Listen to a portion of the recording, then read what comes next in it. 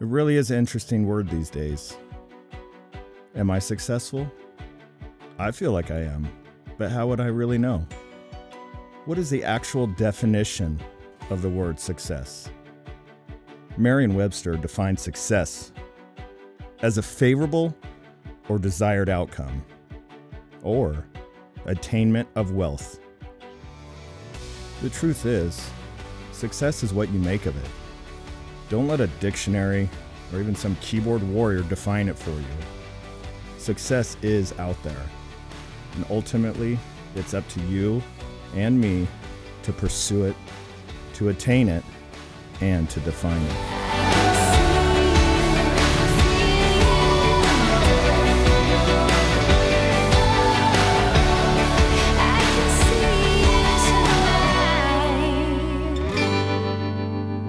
What is your definition of success?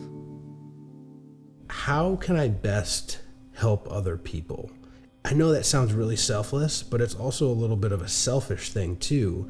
And the two go hand in hand.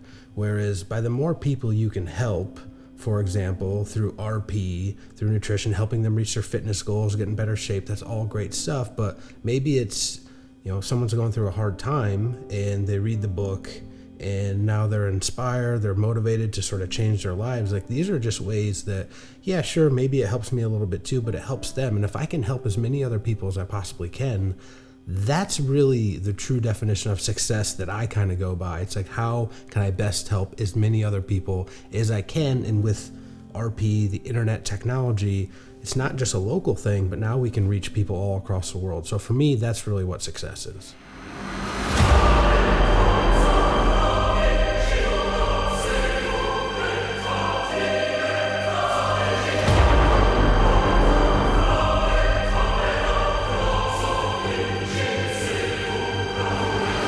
That monster? That is Nick Shaw, co-founder and CEO of Renaissance Periodization, a multi-million-dollar health and wellness company that has helped hundreds of thousands of humans all around the world. Most likely you've seen him before, whether it's helping the world's fittest man, Rich Froning, or guiding a world champion along the lines of health and greatness. That's me. There is no doubt the health and wellness space owes this man a huge debt of gratitude. But what the world hasn't seen yet, what drives him? Where does he find his motivation?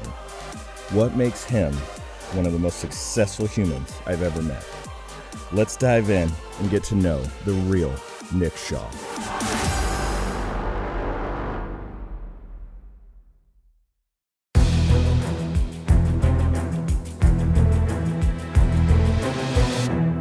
The more layers we peel back on this muscular, veiny onion, the keys to success start to take form. One of these forms is Brazilian Jiu-Jitsu. The discipline, the determination, the ability to dig deep when a stressful situation is literally trying to choke you out. Let's meet Nick's master. Maybe he can give us an insight on what drives Nick in mastering his keys to success. My name is Mike Stryker from Charlotte, North Carolina, and we're from Queen City Jiu-Jitsu. In my opinion, just showing up every day and putting in the hard work. And that's something that from day one here with Nick, he does it every single day. He gets in here and he trains, puts extra work in on the mats and off the mats with nutrition and different things. And, martial arts is a lifestyle. And I think he's a perfect picture of that as he's training. He's just going to develop into a stronger and better, jiu-jitsu practitioner as he goes. An all too familiar pattern is starting to reveal itself. Dedication, resilience, inspirational, vision, energy, now. Nick embodies the true definition of being driven, and he applies it to all facets of his life, not just jiu-jitsu. I think one of the best things about jiu-jitsu is the, ability to check your own ego at the door. Because even if you're a relatively athletic person or a bigger person, you can walk into a jiu-jitsu gym, school, and you will get tapped, you will get choked out, you will get beat, you will get humbled very quickly by folks that are way smaller than you. And so that's one of the big things. You can't have a big ego. And that has a ton of carryover to running a business. It's not, hey, I'm the boss, like my ideas, it's either my way or the highway. Like that's not great. So being able to transfer some of these skills from jiu-jitsu into those other areas, or even, how about if you get into a friendly debate, let's call it, not an argument, of course, a friendly debate with your spouse. If you have a big ego, what's going to happen? So for me, it's like, all right, well, I don't always have to be right. Like, it sort of just teaches a little more cooperation. And when you're able to control your ego, be a bit more rational, that's another big thing. So when you're rolling jiu-jitsu, let's say you're stuck in a really bad position. What's the absolute worst thing you can do? To panic, to freak out. You just waste a lot of energy. So if you're able to just remain calm, cool, and collected, that has so much carryover to every other aspect of your life. Imagine something goes wrong, you're out with your kids and, they spill something in the car, or, a kid gets sick, anything like that.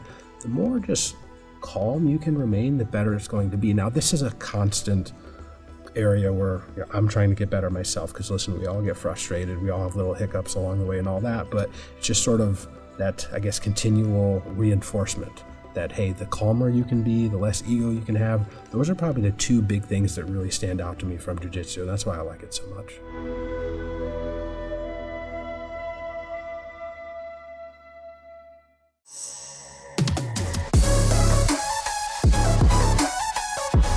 My name is Jess Franklin, and I use the RP Diet Coach app. Want to focus on lifting and less on your diet? Use the RP Diet Coach app. No more figuring out how many calories I need or constantly counting macros. The RP Diet Coach app takes care of all of that for me and guides me through a custom diet from start to finish. Let the RP Diet Coach app put your diet on autopilot so you can focus on your training. Over these last few days, we have really been able to see Nick's dedication, his commitment, his desire, his work ethic. Like any good, successful man or woman, having a strong family behind you is what will ultimately dictate your perceived success. But what happens to what we hold most dear is confronted with a life or death situation? Something so horrifying, and not having the option to run away. The Shaws now face life's biggest yet most painful obstacle. I was diagnosed in January of 2020, so 2 months before a global pandemic. And, I'm not going to lie, it was never something that I saw coming, obviously. And so Nick and I were just so stunned. And I remember my first reaction was like, well, I'm not going to tell the kids, which is just ridiculous in hindsight, because obviously they would have known. But I was like, I can do this and not tell anybody. I'm not gonna tell my parents. We won't tell the kids. Like, we'll just get through this. And obviously you can't do that. But in the beginning, I cried every day, multiple times a day. Just like, I wasn't angry. I was just like in disbelief. And I'm like, you just want to will it away. Like, this isn't happening. No, I don't want this to happen. This cannot happen. And so then, I think I just reached a point where it was like, okay, I have a choice to make. I can curl up in the corner and feel sorry for myself and spend all my time thinking this shouldn't have happened to me, and why did this happen to me, and I don't want this to happen to me. Or, I can turn this around, and because this is a fact, I'm going through this, and I can turn this around and just make it the most positive experience that I can. We can use this as a family to get closer.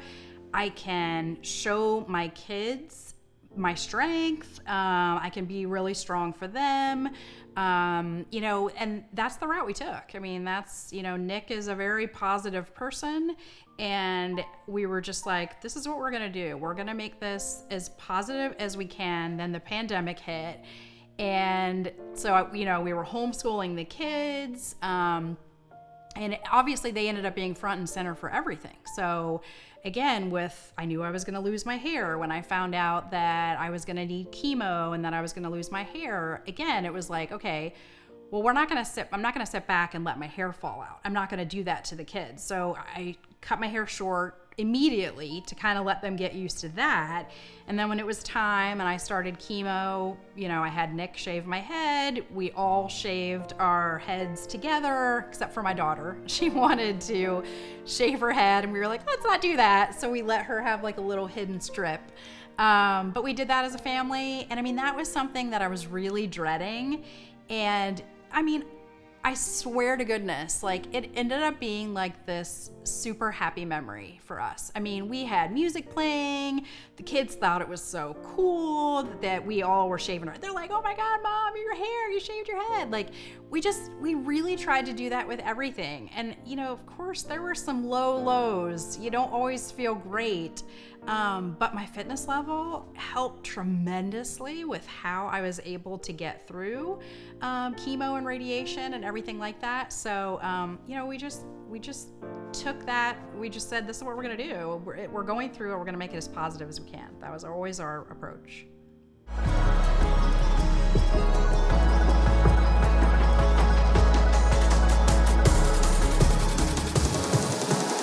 My name is Jess Franklin, and I use the RP Diet Coach app.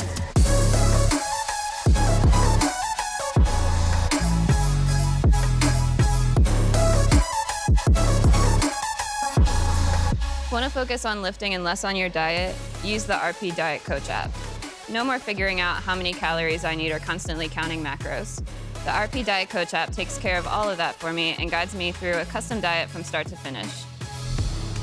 Let the RP Diet Coach app put your diet on autopilot so you can focus on your training.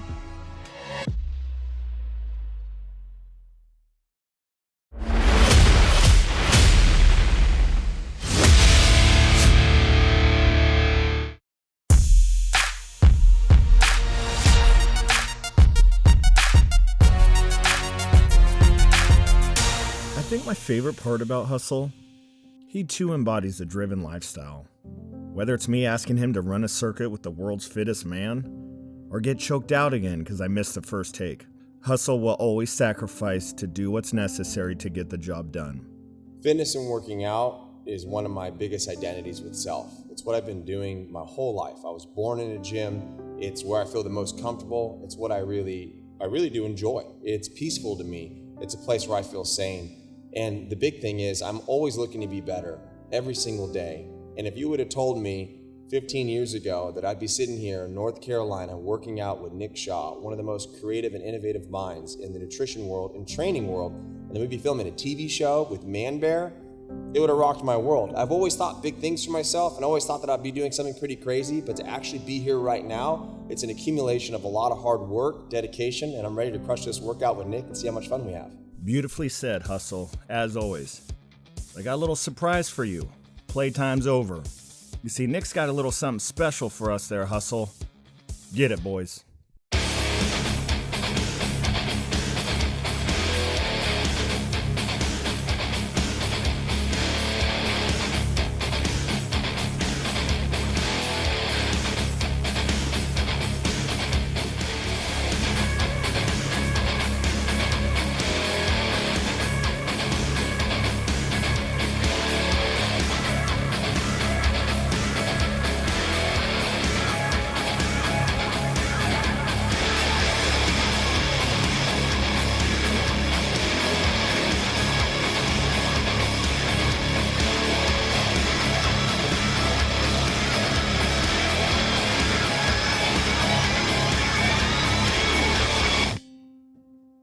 The more I think about it, there's no way to fake it. You can't fake your way to getting in shape, to looking like you're fit and strong. There's no hacks, there's no gimmicks, there's no shortcuts. It really just shows how much hard work you can put into something. And then you get out there, maybe you're competing against other people, or more importantly, just competing against yourself. It really just kind of proves that everything you've put into it is really paying off. And yeah, it's hard. Sometimes it sucks and you gotta just kind of grit your teeth and get through it. But then the end reward is just so damn fulfilling that it makes it all worth it when you look back and you think about all those tough workouts. You're just like, man, you just feel happy, you feel proud of yourself. So that's what I love about training.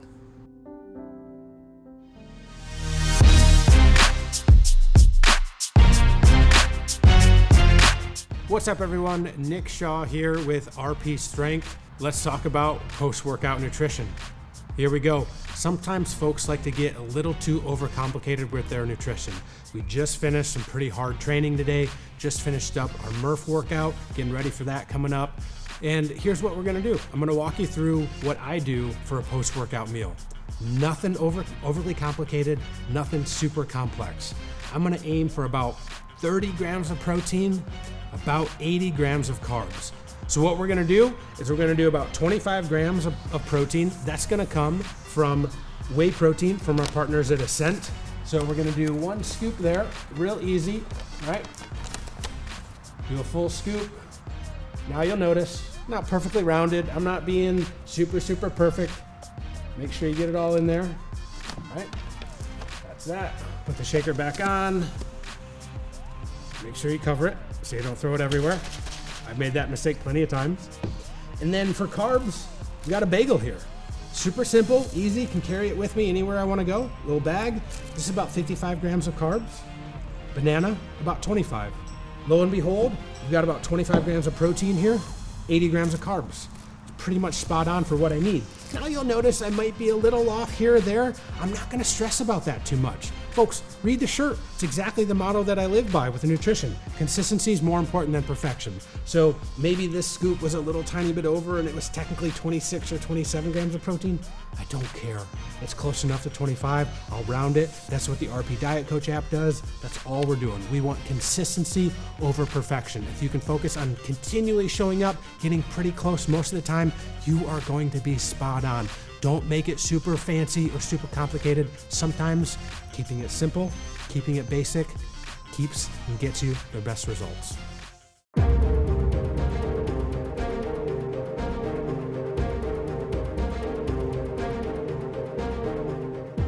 My name is Jess Franklin, and I use the RP Diet Coach app to guide me to my goals.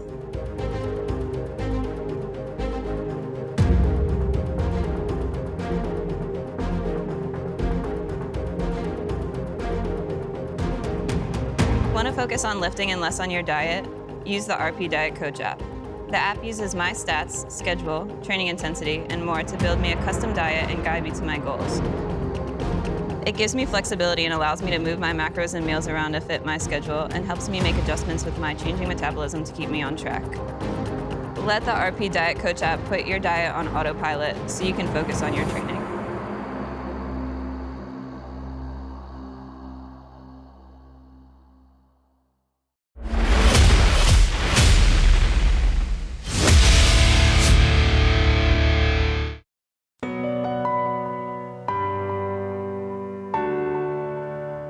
At the end of the day, I would hope that my legacy could be something along the lines of sort of how many people were positively impacted by the work that he did, whether it's through RP, through his book, anything that sort of helped people reach their goals is one of the main ones. But not only that, I like to think in terms of a longer term time horizon. So it's not necessarily just me, but obviously I want my legacy to live through my kids and, hopefully, and again, I'm not perfect by any stretch of the imagination, anything like that, but I would hope that kind of leading by example, hopefully, is instilled some good, positive qualities into my kids, working hard, being grateful, not being victims, things like that. You always have a say in what happens. I hope that's a big part of it too. And so obviously that can carry on, not only through my life, but into future generations. At the end of the day, man, I hope that they get that and then they pass it along to their kids. And so now we're talking multiple generations. And I almost think of the Rockefellers, something like that, where, how successful have they been for hundreds of years, and who knows if that'll happen. But that's kind of a little bit of my sort of inspiration and motivation of just trying to leave a positive legacy that can help for potentially hundreds of years. And if that it ever does happen, who knows, but that would just be really awesome.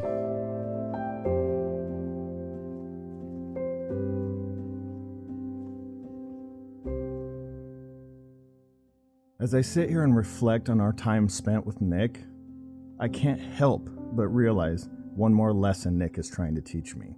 Take what you've learned, all the hard work, the countless hours spent perfecting your craft, all the failures, and your road to success, and simply share it with everyone.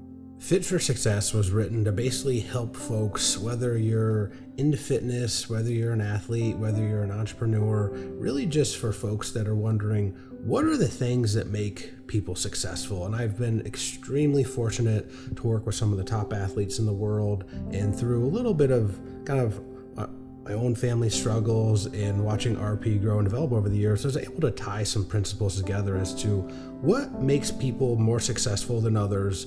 And there's a lot of carryover between different areas, such as fitness and personal finances, let's say, and business or overcoming adversity. And this was all tied together when we had to put it into practice in 2020. So really the book just boils down like, what are the 7 main things that help differentiate successful people from unsuccessful people? And when you look at it this way, you go up the pyramid, kind of understand what's the most important versus things that are a little bit less important. So really at the end of the day, you're going to have a practical take-home message at the end of each chapter is that, hey, I can do something, I can take something away from this book, and I can get moving in the right direction.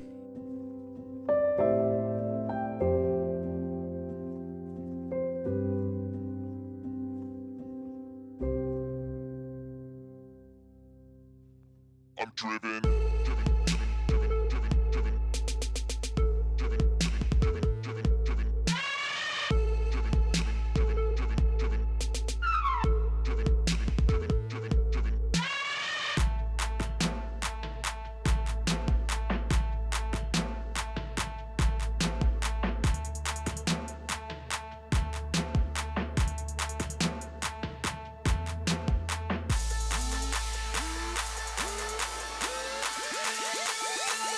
I'm driven.